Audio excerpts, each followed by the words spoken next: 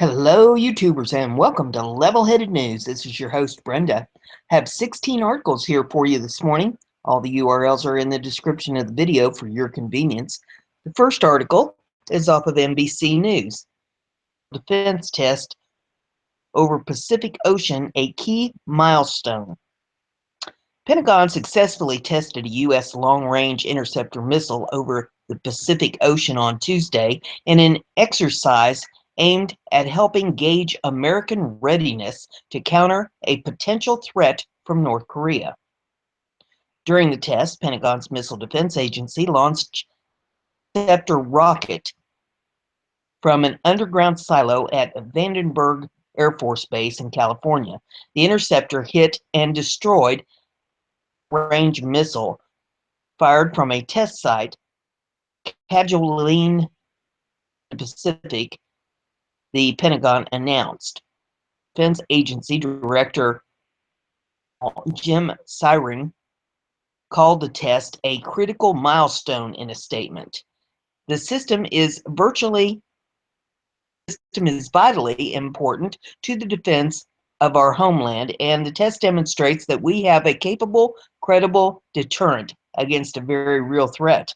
I'm incredibly proud of the warfighters the system every day, Sarang said. The military test comes North Korea's reported launch of a military projectile Monday morning in Japan's maritime economic zone. It comes amid heightened tensions between the U.S. and Pyongyang over North Korea's continued provocations under the leader Kim Jong-un. It has said it is working on an ICBM, which could potentially hit the West Coast. And American officials are concerned about the possibility of North Korea militarize a warhead to put on an ICBM. General John Hayden, head of the U.S. Strategic Command, is saying already has ICBM capability, but still lacks a miniaturized warhead. The $244 million test does not necessarily confirm that the American military is capable of defending itself against an intercontinental range missile fired by North Korea. Pyongyang also is understood to be moving closer to the capability of putting a nuclear warhead on such a missile and could have developed decoys sophisticated enough to trick an interceptor into missing the real warhead. Trump put out a tweet that says North Korea has shown great disrespect for their neighbor, China, by shooting off yet another ballistic missile, but China is trying hard. President Donald Trump was briefed after a North Korean missile test earlier this month, and the White House said in a statement at the time that North Korea has been a flagrant menacing for far too long. During a recent visit to South Korea, Secretary of State Rex Tillerson said the policy of strategic patience with North Korea has ended, and he added that military action could be on the table if North Korea elevates the threat of its weapons program. Before Tuesday, the most recent intercept test in June of 2014 also was successful, but the longer track record is spotty. Since the system was declared ready for potential combat used in 2004, only 4 of 9 intercept attempts have been successful. North Korea says its nuclear and missile programs are a defense against perceived U.S. military threat. Laura Grego, senior scientist at the Union of Concerned Scientists, which has criticized the U.S. missile defense program, calls the interceptor an advanced, meaning it is not fully matured technology, even if it has been deployed and theoretically available for combat since 2004. The interceptors are, in essence, the last line of U.S. defense against an attack by an intercontinental range missile. The Pentagon has other elements of missile defense that have shown to be more reliable, although they are designed to work against medium range or short range ballistic missiles. These include the Patriot missile, which numerous countries have purchased from the U.S., and the Terminal High Altitude Area Defense, or THAAD, which the U.S. deployed this year to South Korea to defend against medium-range missiles from North Korea.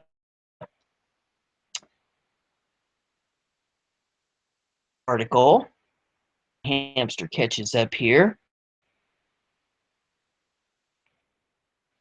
This one is off of Infowars.com.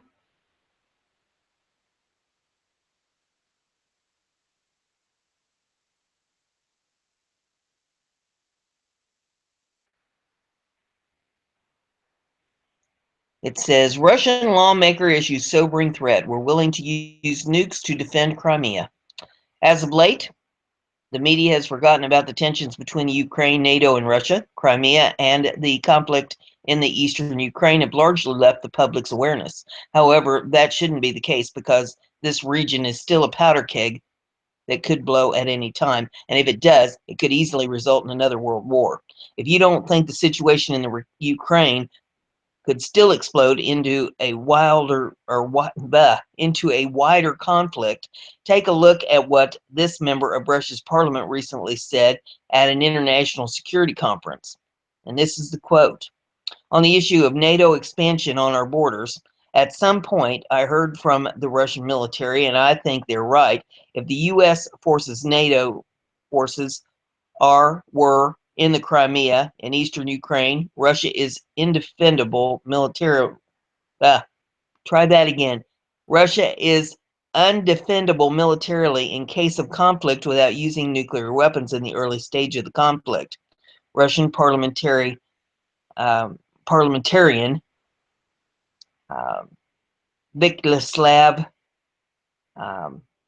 Nikranov told attendees at the GlobeSec 2017 from Bratislava, Slovakia.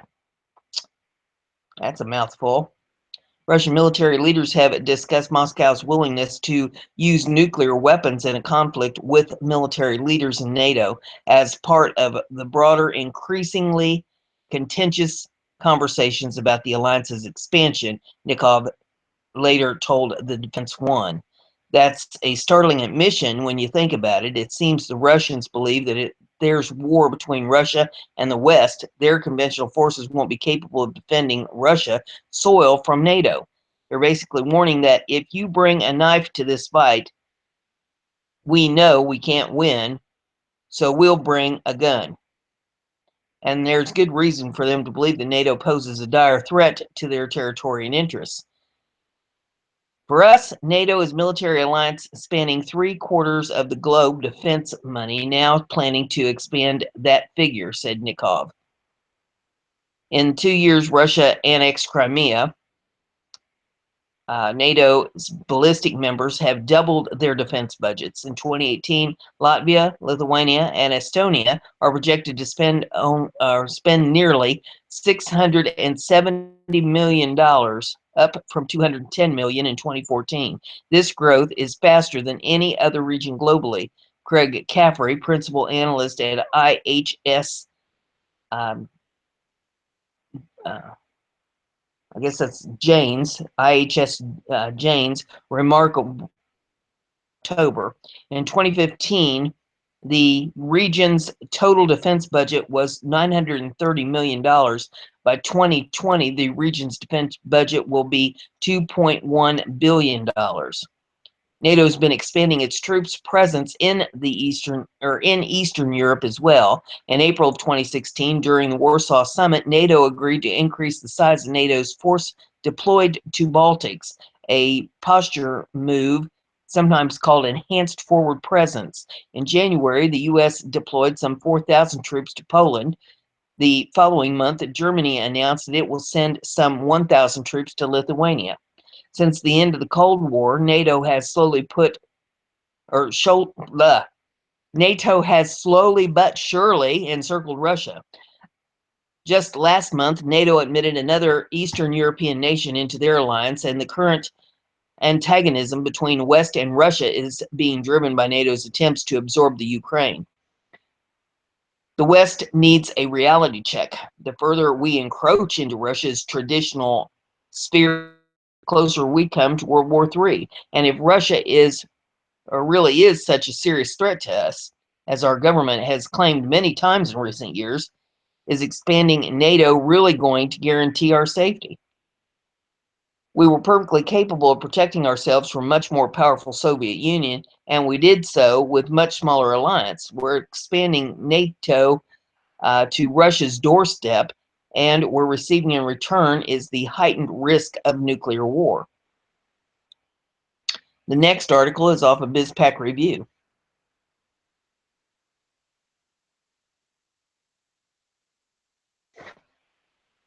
Hamster's trying to catch up to me.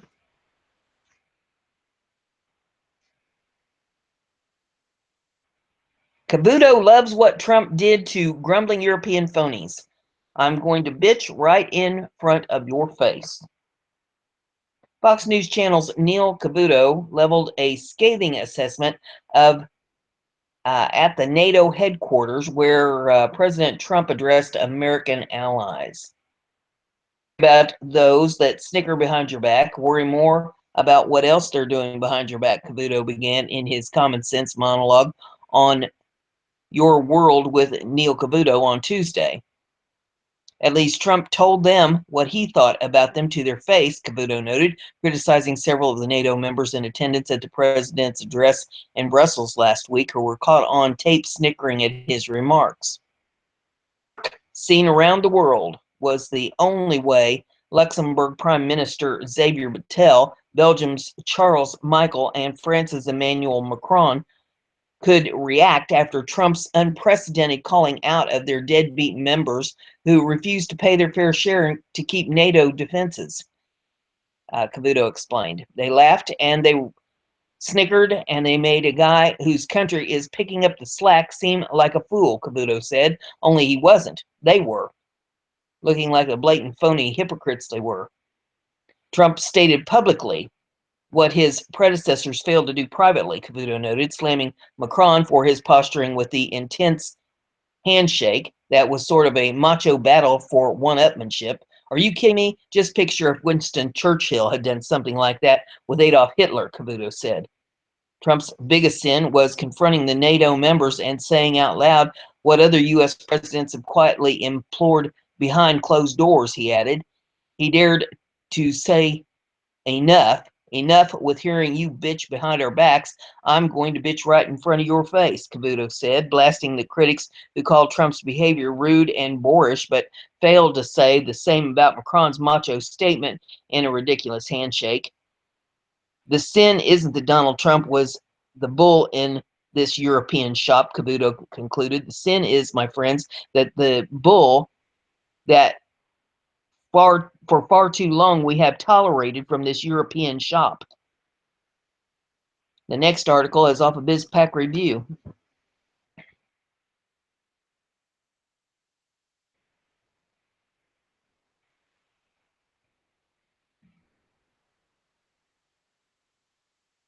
It says President Trump is pulling the U.S. out of the Paris Climate Accord, according to Axios.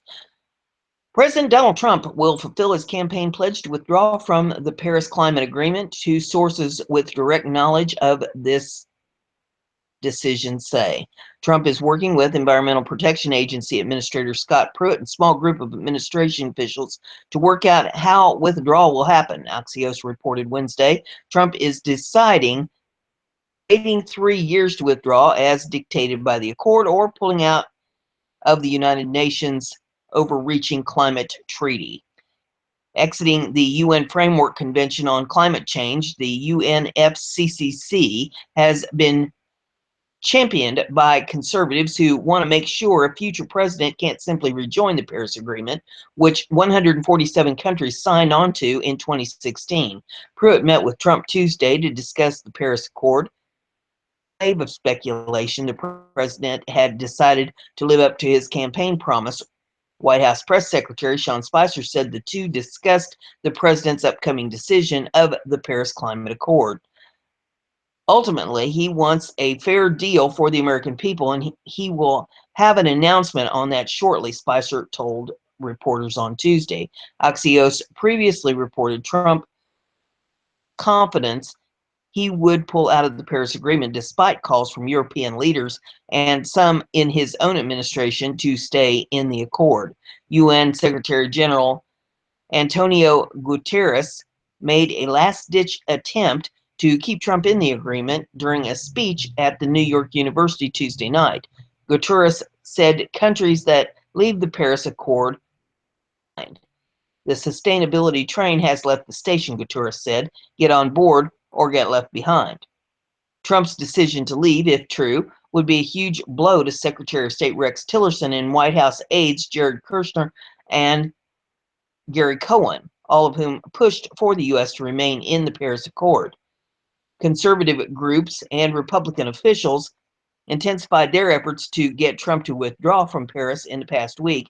Senate Majority Leader Mitch McConnell and 21 other Republican senators sent a letter to Trump in late May urging him to withdraw. We applaud you for ongoing efforts to reduce overregulation in America, the senators wrote. To continue on this path, we urge you to make a clean exit from the Paris Agreement so that your administration can follow through on its commitment to rescind the Clean Power Plan. Trump will announce his decision on the fate of the U.S. involvement in the Paris Agreement this week. The next article.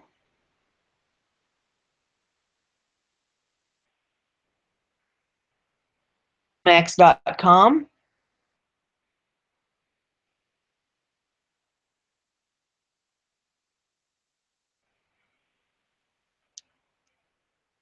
Trump to world leaders on my cell phone. President Donald Trump has been handing out his cell phone number to world leaders and urging them to call him. An unusual invitation that breaks diplomatic protocol and is raising concerns about the security and secrecy of the U.S. Commander-in-Chief's communications. Trump has urged leaders of Canada and Mexico to reach him on his cell phone, according to former and current U.S. officials with direct knowledge of the practice. Of the two, only Canadian Prime Minister Justin Trudeau has taken advantage of the offer so far, the officials said. Trump also exchanged numbers with French President Emmanuel Macron when the two spoke immediately following Macron's victory earlier this month, according to a French official who would not comment on whether Macron intended to use the line. Officials demanded anonymity because they were not authorized to reveal the conversation. White House nor Trudeau's office responded to requests for comment. The notion of world leaders calling each other up via cell phone may seem unremarkable in the modern mobile world arena, where leader-to-leader calls are highly orchestrated affairs. It is another notable breach of protocol for a president who has expressed distrust of official channels. The formalities and discipline of diplomacy have been a rough fit for Trump, who before taking office was long easily accessible by cell phone and viewed himself as a freewheeling, impulsive deal maker.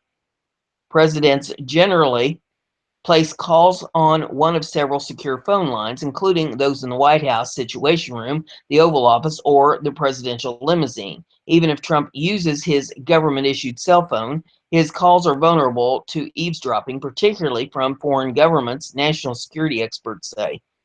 If you are speaking on an open line, then it's an open line, meaning those who have ability to monitor those conversations are doing so, said Derek Chollet, a former Pentagon advisor and National Security Council official now at the German Marshall Fund of the United States. A president doesn't carry with him a secure phone, Collette said. If someone is trying to spy on you, then everything you're saying, you have to presume that others are listening to it. The caution is warranted even when dealing with allies, as German Chancellor Angela Merkel learned in 2013 when a dump of American secrets leaked by Edward Snowden revealed the U.S. was monitoring her cell phone. Good relations don't prevent some spycraft between friends. If you are Macron or the leader of any other country and you get a cell phone number of the President of the United States, it's reasonable to assume they'd hand it right over to their intel service, said Ashley Deeks, a law professor at the University of Virginia who formerly served at the Assistant as the assistant legal advisor for political military affairs in the U.S. State Department. The practice opens Trump up to charges of hypocrisy. Throughout last year's presidential campaign, he lambasted Democratic rival Hillary Clinton for using a private email server while she was Secretary of State, insisting she should not be given access to classified information because she would leave it vulnerable to foreign foes. President's phone calls with world leaders often involve considerable advanced planning. State Department and National Security Council officials typically prepare scripted talking points and background on the leader of the other end of the line. Often an informal transcript of the call is made and circulated among a select group. Sometimes a small clutch of aides, sometimes broader group of foreign policy officials. Those records are preserved and archived. The White House did not respond to questions on whether the president is keeping records of any less formal calls with world leaders. Trump's White House is already facing scrutiny for apparent efforts to work outside the usual diplomatic channels. The administration has been fending off questions about the senior aide's attempt to set up secret back channel of communications with Moscow in the weeks before Trump took office. White House advisor Jared Kushner, Trump's son-in-law, met in December with Russian ambassador to the U.S. and discussed whether a secret line of communication could be used to facilitate sensitive policy discussions about the conflict in Syria, according to a person familiar with the talks. Anonymity because the person was not authorized to discuss the sensitive conversation by name. The White House has said such back-channel communications are useful and discreet. Trump has struggled more than most recent presidents to keep his conversations with world leaders private. His remarks to Australian Prime Minister Malcolm Turnbull, Mexican President Enrique Pena Nieto, and Russian diplomats have all leaked, presumably after notes of conversations were circulated by national security officials. It was unclear whether an impromptu, informal call with foreign leader would be logged and archived. The Presidential Records Act of 1981, passed in response to the Watergate scandal, requires that the president and his staff preserve all the records related to the office. In 2014, the act was amended to include personal emails. But the law contains blind spots, namely record keeping for direct cell phone communication, said Jonathan Turley, a professor at George Washington University Law School who specializes in public interest and national security law. Under Barack Obama, the first president, worries about cyber intrusion, particularly by foreign governments, pulled the president's devices deep into scrutiny bubble. Many of the functions on Obama's BlackBerry were blocked, and a very small handful of people had his phone number or email address, according to former aides. Government sometimes looks like big bureaucracy that has stupid rules, but a lot of these things are in place for a very good reason. And they've been around for a while and determine the most effective way to do business in the foreign policy sphere, said Deeks. Sometimes it takes presidents longer to figure that out. The next article I have for you is off of BizPac Review.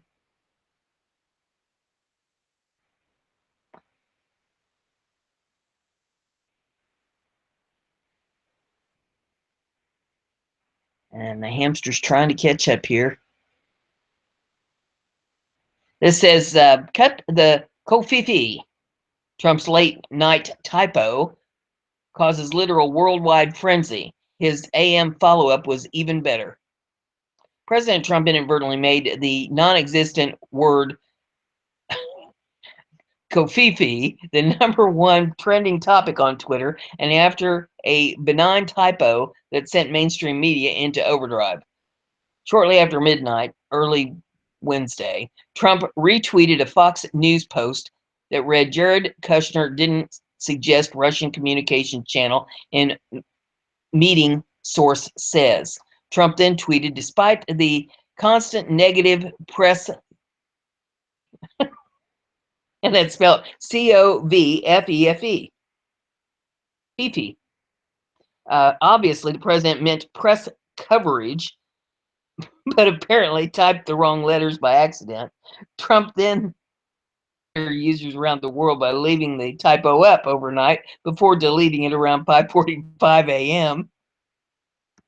During those intervening hours, Trump's Twitter gap garnered more than 127,000 tweets and 163,000 likes and spawned endless jokes and speculation about what the heck Khabibi means.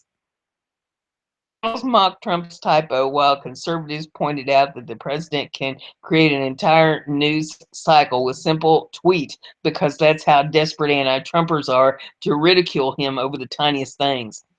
On Wednesday morning, Trump comically made light of all the fuss by asking who can figure out the true meaning of Kafifi. Enjoy. Then there's a cartoon of him sitting on the edge of the bed with a bubble over his head. It's like he's poking on a phone. The bubble says Kafifi. That'll keep him busy. Oh my goodness. And there's a whole bunch of tweets, and this is just hysterical if you read this whole thing. One of them says Trump accidentally sends tweet halfway through typing it, including a typo. Liberals cite the reason for impeachment, Kafifi. Kafifi is undeniable proof Trump can create a news cycle anytime he wants on any single thing he wants with a single tweet. My goodness. And then it says, after Trump deleted his Kofifi tweet, bewildered comedian Rachel Dratch wondered, was it all just a dream? And she put a tweet out, says it's 5:30 a.m. and his tweet is gone. The sun rises and we all walk home in our party clothes. Was it just a dream? The wind whispered, Kafifi. Oh my goodness. The next one we have is off of Newsmax.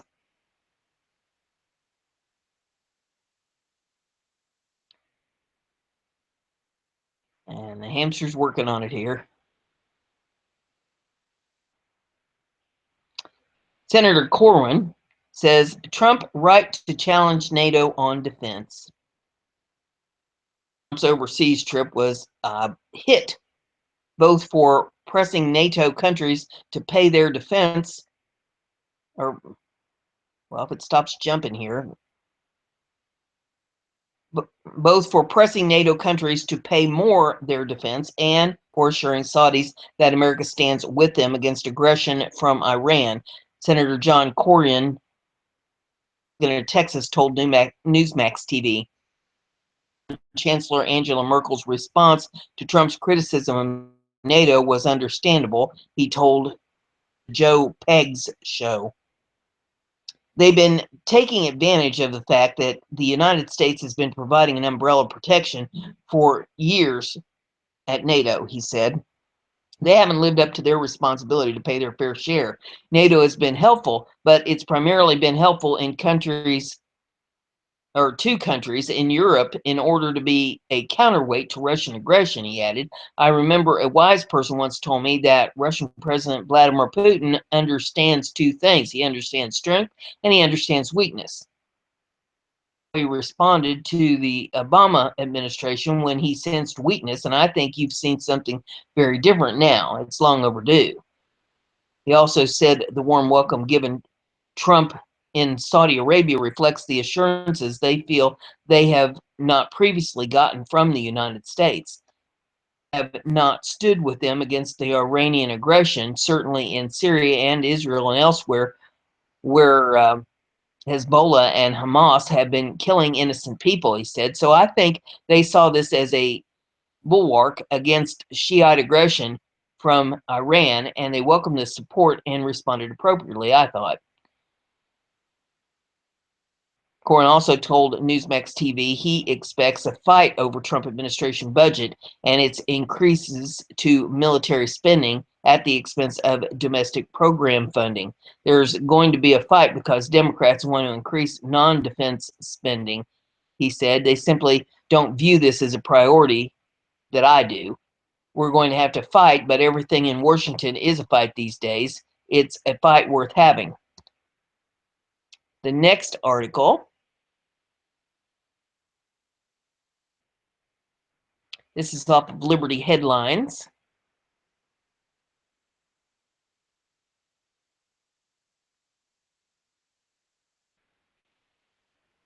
And it says, White House readies for total war with fake news media.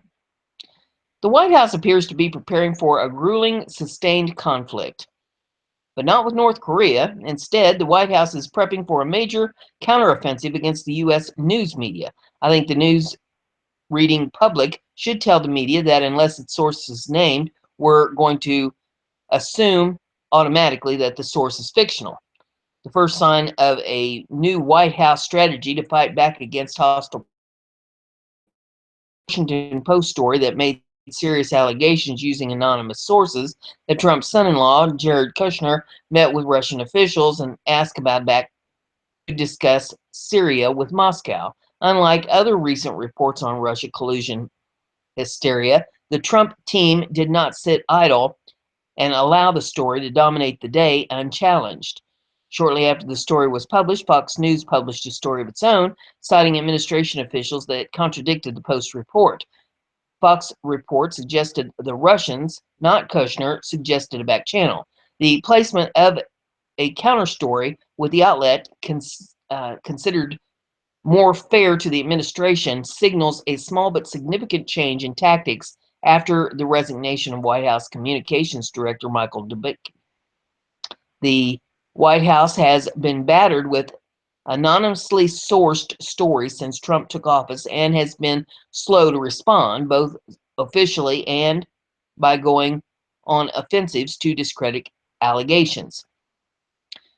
The Post source of the hit on Kushner has been a number or has seen a number of its anonymously sourced stories about Trump fall short after scrutiny is applied.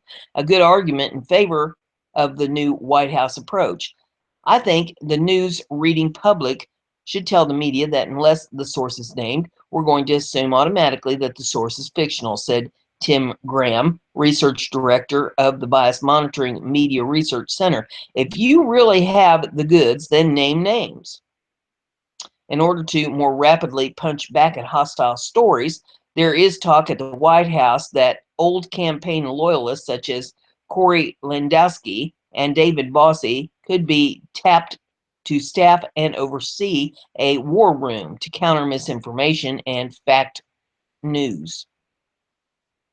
The war room term first became famous in politics as a descriptor for then Governor Bill Clinton's communications team during the 1992 presidential election. Clinton's team believed Republicans would distort his record and dredge up scandals of a more personal nature. The staffers knew the onslaught would be relentless and the campaign needed to be ready to respond quickly.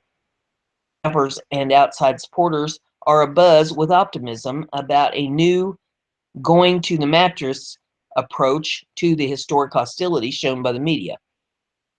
On Tuesday, at his first press briefing after Trump's first trip abroad as president, Spicer blasted the press for anonymous sources, errors, and fake news. I think that President Trump is frustrated, like I am, and like so many others, to see stories come out that are patently false, to see narratives that are wrong, to see fake news, said Spicer. When you see stories get perpetrated that are absolutely false, that are not based in fact, that is troubling, and he's rightly concerned. When asked to give an example, Spicer cited Friday's tweet by BBC reporter James Landale, who will soon join the New York Times. Landale posted a short clip that sums up the G7 summit. It was a video Trump listening to another leader speaking. Trump appeared not to be using a headset, though, or through which translation flows. Landale then added the snarky hashtag G6, suggesting Trump and America were not there. But Spicer noted that Trump uses single earpiece, not a headset. Landale's tweet was retweeted more than 20,000 times. As Spicer rebukes the Times reporter Peter Baker shook his head.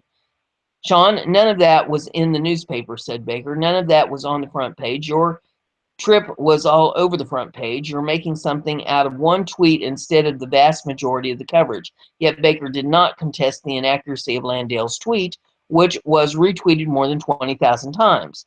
Spicer also ended the press briefing not long after the exchange, shocking reporters because he only spent about 20 minutes taking questions.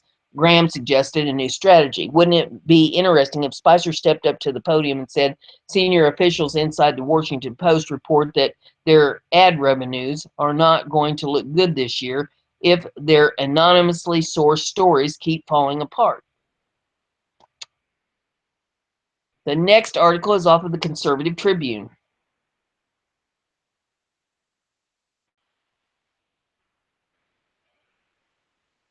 Hillary claims she defeated both Trump and Bernie. For the past few months, former Secretary of State Hillary Clinton has slowly back into the spotlight after her humiliating loss to President Donald Trump in November of 2016.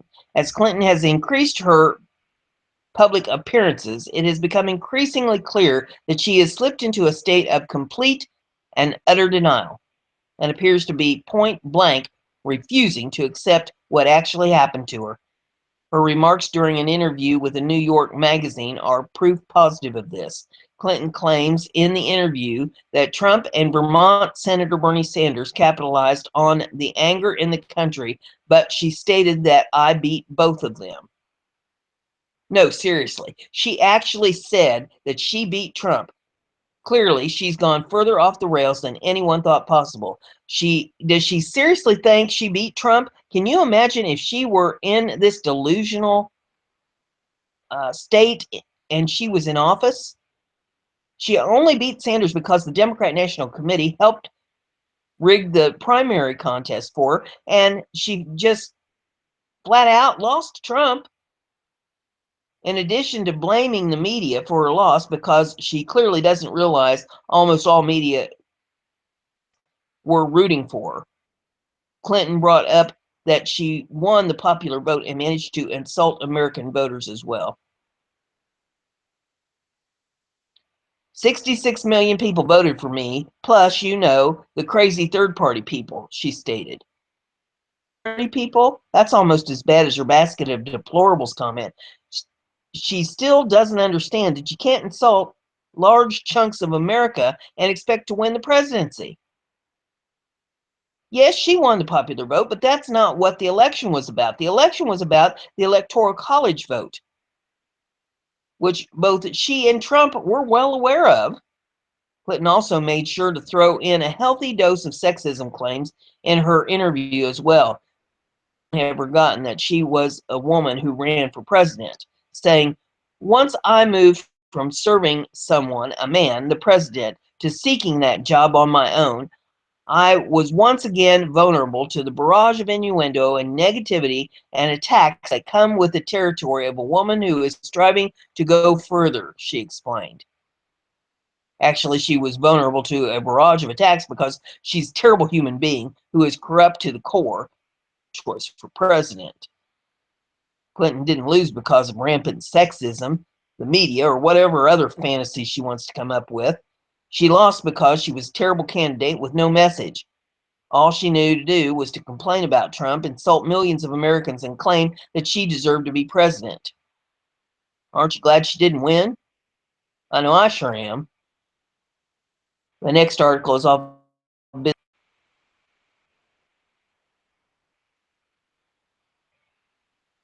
Says John McCain to Australians. Trump has unsettled many Americans and ticked off our friends.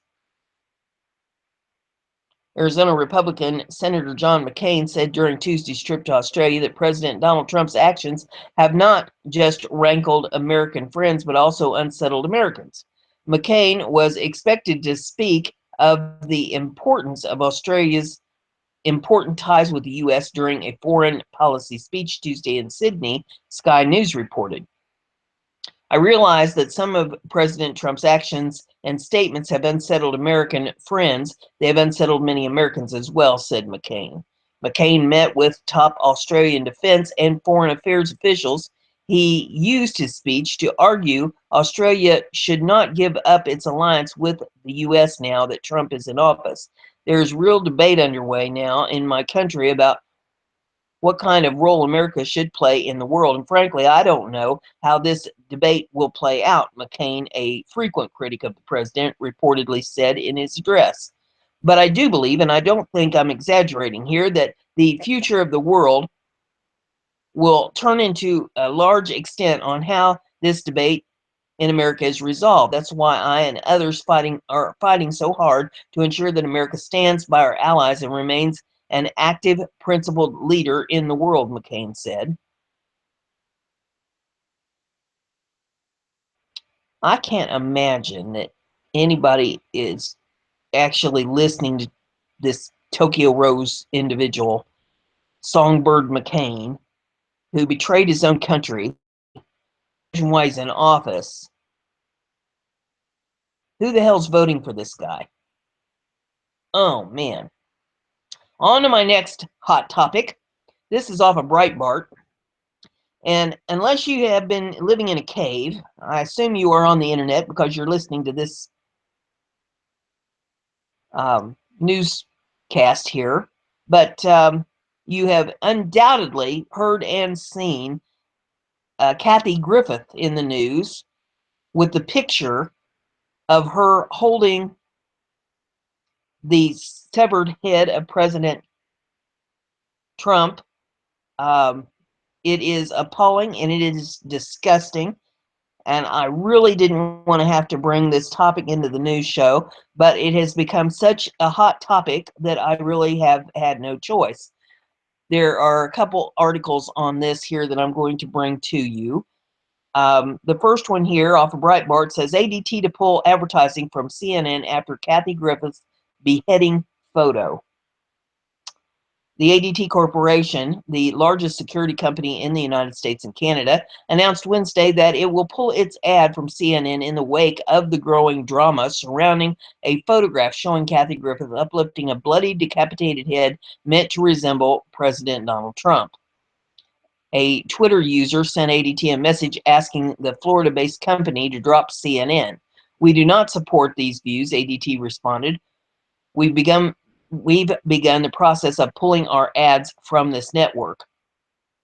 Griffin has co-hosted a live New Year's Eve broadcast on CNN since 2007 alongside network anchor Anderson Cooper. The network said late Tuesday that it was evaluating its relationship with the 56-year-old comedian. "We found what she did disgusting and offensive," CNN said in a statement Tuesday. "We are pleased to see she has apologized and asked that the photos be taken down. We're evaluating our New Year's Eve coverage and have made no decision at this point." Cooper denounced Griffin's photo in a short statement on Twitter. "For the record, I am appalled by the photo shoot Kathy Griffin took part in. It's clearly disgusting and completely inappropriate," the AC360 host wrote. ADT's announcement comes as the Route 66 Hotel and Casino in Albuquerque, New Mexico has canceled Griffin's scheduled performance. The performance by Kathy Griffin on July the 22nd has been canceled. The casino wrote in a message posted to Facebook. A full refund to any guest who purchased a ticket was also promised. Griffin's social media accounts were flooded with calls from social media users urging others to boycott her upcoming cross-country comedy tour dates and venues to deny her a platform to perform. President Trump tweeted Wednesday morning that Griffin's photo had been difficult for his children, including his 11-year-old son, Barron. While Griffin has issued an apology, admitting that the photo went too far, she has yet to apologize directly to the president and his family. The U.S. Secret Service, however, is reportedly investigating the circumstances around the photo shoot. The U.S. Secret Service has a critical mission. It's always unfortunate when people make statements that could be perceived as threats, the agency said in a statement. According to ABC News, "We don't have the luxury of knowing a person's intent. Each alleged or perceived threat has to be investigated thoroughly, which taxes Secret Service manpower and resources that could be utilized elsewhere." The next article is also off of Breitbart, and it says CNN drops Kathy Griffin after Trump beheading photo. CNN has terminated its relationship with Kathy Griffin after the comedian posed for a photograph while holding a fake, bloodied, decapitated head meant to resemble the head of President Donald Trump. CNN has terminated our agreement with Kathy Griffin to appear on our New Year's Eve program, the network's communication department tweeted Wednesday morning.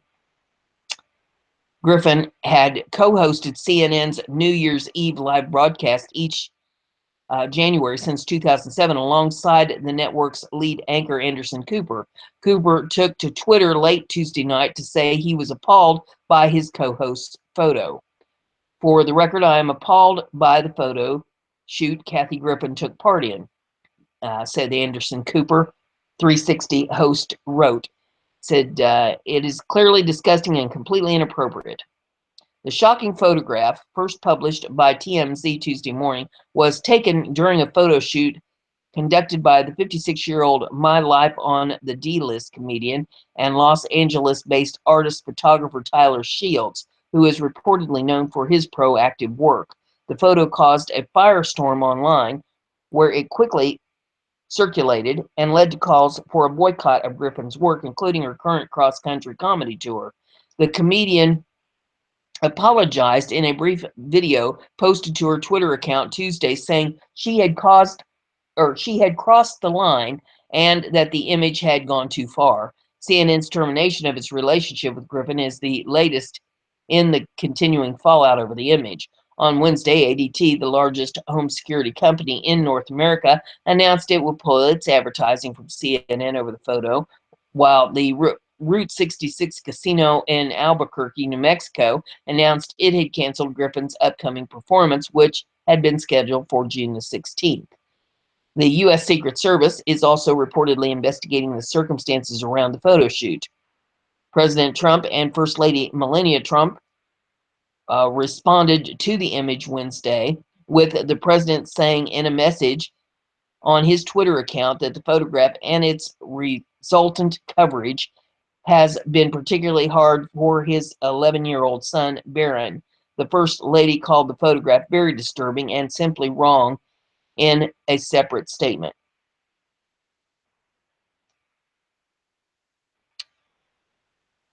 The next article is off of Newsmax. It says former Trump advisor Flynn to turn over some documents subpoenaed by the Senate panel. Former Trump White House National Security Advisor Michael Flynn agreed Tuesday to turn over a limited number of documents sought by the Senate Intelligence Committee for its investigation into Russian interference in the 2016 election. Flynn has agreed to initially produce documents the committee subpoenaed from his two companies, Flynn Intel LLC and Flynn Intel Incorporated, according to a person with knowledge of Flynn's negotiations with the committee. It wasn't yet determined what kind of documents will be handed over, the person said. The committee also had issued a separate subpoena for Flynn to turn over personal documents and to testify. Although Flynn initially opposed the subpoena, the committee has since narrowed its focus, the person said. Flynn has now agreed to turn over personal documents that the committee, through legal standards, can prove exist, the person said, but he hasn't agreed to testify before the committee. Flynn will start producing documents on June the 6th, with more to follow, the person said, adding that Flynn wants to cooperate with the committee to the fullest extent possible, as long as doing so doesn't jeopardize his constitutional rights. Flynn, who was forced to resign in February after revelations that he misled administration officials about his contacts with Russia's ambassador, had been under the threat of contempt citation after turning down the panel's request for documents and an interview. His lawyers cited the U.S. Constitution's Fifth Amendment protection against self-incrimination, arguing that the committee's request was overly broad. Russian influence. The committee is investigating Russian meddling in the presidential race and the possibility of collusion by members of the President Donald Trump's campaign. Flynn, a retired U.S. Army lieutenant general and former director of the Defense Intelligence Agency, was top advisor to Trump during his run for president. He has become a central figure in congressional investigations, as well as an FBI probe that is now being overseen by special counsel, former FBI Director Robert Mueller. The investigations have entangled a number of Trump's advisors and associates, including his son-in-law, Jared Kushner, who serves as senior White House advisor. The Washington Post reported that Kushner and Russian Ambassador Sergei Kislyak talked about possibility setting up a secure and secretive communications channel between the Kremlin and Trump's transition team, leading some Democrats to call for revocation of Kushner's security clearance.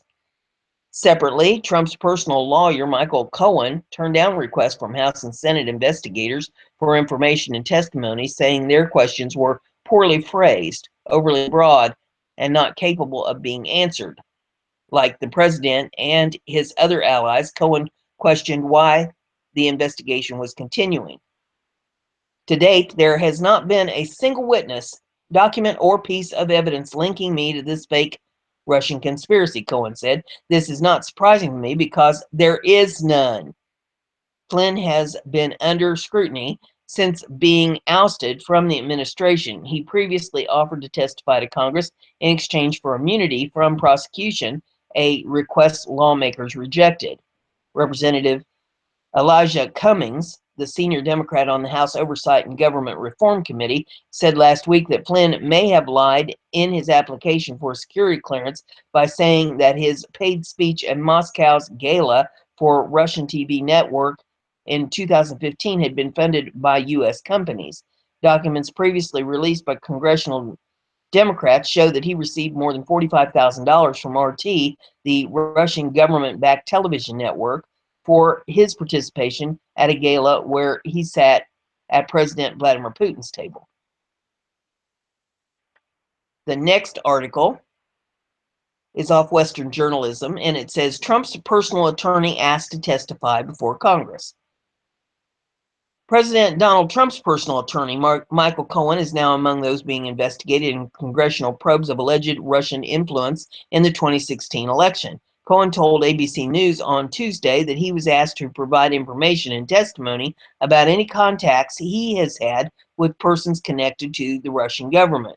I declined the invitation to participate in the as the request was poorly phrased, overly broad, and not capable of being answered, he told ABC in an email. Cohen was named in reporting in January about unverified Trump Russian dossier, but allegations in the document have been debunked. Among other claims is that Cohen traveled to Prague in the Czech Republic in August to meet with Russian officials, but the attorneys vehemently denied the reporting, stating he had never been to Prague and, in fact, was in Los Angeles when the supposed meetings took place. Multiple sources were able to confirm that Cohen was in LA, taking his son to a meeting with the baseball coach of the University of Southern California. CNN's Jake Tapper reported that people looked further into the matter and concluded that it was a different Michael Cohen who traveled to the Czech Republic. It was a Michael Cohen with passport from another country, same birth year, different birth date. At a news conference in January, Trump told reporters that he asked to see Cohen's passport after the reports first surfaced of him traveling to Prague. He brings his passport to my office, Trump recounted. I say, hey, wait a minute. He didn't leave the country. He wasn't out of the country. They had Michael Cohen of Trump organization was in Prague. It turned out to be a different Michael Cohen, Trump said. It's a disgrace what took place. It's a disgrace, and I think they ought to apologize and start with Michael Cohen. He's also debunked an allegation in the dossier that Cohen's Ukrainian-born father-in-law had a vacation home near Russian President Vladimir Putin. Trump lambasted both CNN and BuzzFeed at the January press conference for giving any credence to the Russian dossier, calling both outlets purveyors of fake news. The president has consistently maintained that the Russia probe is a witch hunt based on a collusion narrative the Democrats have employed to explain their loss in November. As reported by Western journalism, Trump and his personal attorney affirmed earlier this month that neither he nor the Trump organization have significant business dealings with Russia. I have nothing to do with Russia, the president stated. The next article is off of Liberty Headlines, and it says, Trump wants filibuster gone. It says Senate rule prevents him from getting things done. Donald Trump upset traditionalists and leftists alike when he began the new work week with a tweet saying the Senate should completely eliminate its rule allowing for a filibuster, the celebrating practice by which a 40+% minority can block a final vote on the legislation or nomination supported by a clear but less than 60% majority. But Trump also pleased another subset of conservatives and liberals, thus allowing thus showing just how the issues of filibusters cross ordinary ideological lines. Within hours, hardline conservatives, U.S. Republican Mo Brooks of Alabama, who is running for the Senate in a special election this summer, released a statement supporting Trump's call to disallow filibusters. So did Jim Hagedorn, the Republican candidate running for Congress for the third time in Minnesota. But liberal Washington Post columnist Greg Sargent was quick to tweet out implicit approval from the other side, writing that nuking the filibuster on legislation is probably better for liberals than it is for conservatives. The anti-filibuster fervor follows the successful move by the Republican senators earlier this year to outlaw permanent filibusters against Supreme Court nominees. The rules change a rules change that itself was an extension of and a reaction to Senate Democrats' actions in 2013 to kill filibusters against all presidential nominations except for ones to the Supreme Court. Trump's tweet proposal would do the same thing to filibusters of ordinary legislation, not just nominations. In other words, any legislation could pass the Senate with a simple majority vote without clearing a 60% supermajority procedural hurdle. The president indicated that short-term goals, namely a new health policy system and tax reform, were his primary consideration. He tweeted that he wanted legislation on health and taxes approved fast and easy. Trump's feelings on the filibuster are not new, although this tweet was more definitive than past statements. Even Trump's more hypothetical earlier statements against the filibuster, though, he had been met with disdain by senators of his own Republican Party. Earlier this month, Senate Majority Leader Mitch McConnell of Kentucky insisted quite strongly that changing the rules to eliminate filibusters will not happen. There is an overwhelming majority on the bipartisan basis not interested in changing the way the Senate operates on this legislative calendar. In April, 61 of the 100 senators, including 28 Republicans, signed a letter supporting the filibuster 60% threshold. The senators' letter repeatedly referred to the filibuster not by name, but by description as a rule allowing senators to engage in full, robust, and extended debate.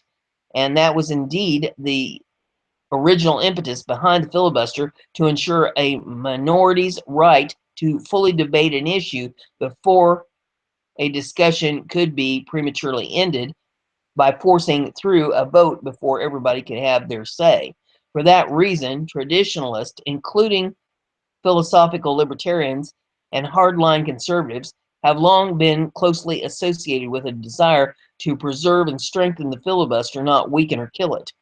Ultimately, the most effective senators who used a filibuster to slow bad ideas are conservatives who are fighting their own leadership on bloated appropriation bills, warrantless wiretapping, and the defunding of Obamacare using the power of the purse, wrote Brian Darling, a former top aide to Libertarian Republican U.S. Senator Rand Paul of Kentucky, in a column last November. And to show its bipartisan nature of the desire to protect its minority prerogative, Darling earlier in 2016 teamed with Jim Manley, former top aide to liberal Democratic leader Harry Reid of Nevada, to argue this. Slow and methodical consideration of new laws is at the core of how the U.S. Senate is supposed to work. Speed and efficiency aren't necessarily good if that speed leads to shoddy laws and efficiency leads to a process that cuts out most of our elected leaders. The filibuster, by slowing the process and giving a bit of power to the minority party, ensures that important changes get serious consideration. It forces cooperation, and from our own experience, we can attest that it works as intended. It allows both parties to have a say in the legislative process. The liberal columnist Sargent had warned conservatives back in April that it's easier to pass progressive legislation in the first place if no filibuster exists, that it is to unwind a government program even without a filibuster in opposition once the program has taken hold. More than 2 decades ago, at another point when the propriety of the filibuster was in question, a small group of senators led by Connecticut Democrat Joe Lieberman posed a middle of the ground that would modify the practice but not kill it outright. The goal was to allow extended debate but not the ability for a minority to permanently kill a bill. The senators proposed a process by which it would take more and more votes to sustain a filibuster, or fewer and fewer to kill it, with each successive attempt until finally a simple majority could have its say. For now, the White House arguments in favor of efficiency and simplicity, and thus of eliminating the filibuster, are dominant in the news, with Trump's press secretary Sean Spicer on Tuesday saying this president was elected to get things done, and he wants to see things move through the House and Senate, especially when you've got a majority of support. People need to stop playing games. The final article I have for you this morning is off of Liberty Writers. It says, Dems attack. Portland mayor just banned all Trump supporters from doing this one thing. The mayor of Portland, Oregon, just showed his true colors today when he announced his intention to steal the First Amendment from Trump supporters. I wish I was kidding, but I'm not in the slightest. Mayor Ted Wheeler is now actively calling for the cancellation of the Trump free speech rally and any similar rallies on. According to the SWJ mayor, pro-Trump and pro-conservative events peddle a message of hatred. What's even sicker is that the mayor is using the horrible tragedy that took place on his city to push his agenda. He referenced the white supremacist who murdered the young man and Navy veteran on the train over the weekend. Also, it's nuts to say that President Trump advocates for the people like this when he clearly does not. If the mayor took 5 seconds to read this tweet posted by the president today, he could see for himself where Donald Trump and his supporters stand. And Trump put out a tweet saying, the violent attacks in Portland on Friday are unacceptable. The victims were standing up to hate and intolerance. Our prayers are with them. See? Oh, and as far as the claim that those Trump people, here is the murder being rejected by the Trump supporters at the rally was kicked out of, and they've got video here if you want to take a look at that. It's like I said before, Mayor Wheeler could have seen this for himself with a simple internet search. However, his bigotry towards the right clouded his judgment, and now he is rejecting them and the U.S. Constitution. Could you see this and say, well, it's not my state, so who cares? However, it's important to share this out and tell them we will not sit by and watch this happen. Otherwise, how long until liberals around the country make it illegal to even think differently? If you like what I'm doing here, give it a thumbs up and share it on your social media so everybody gets to hear the news.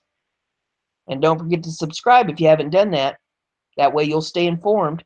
Have a great day.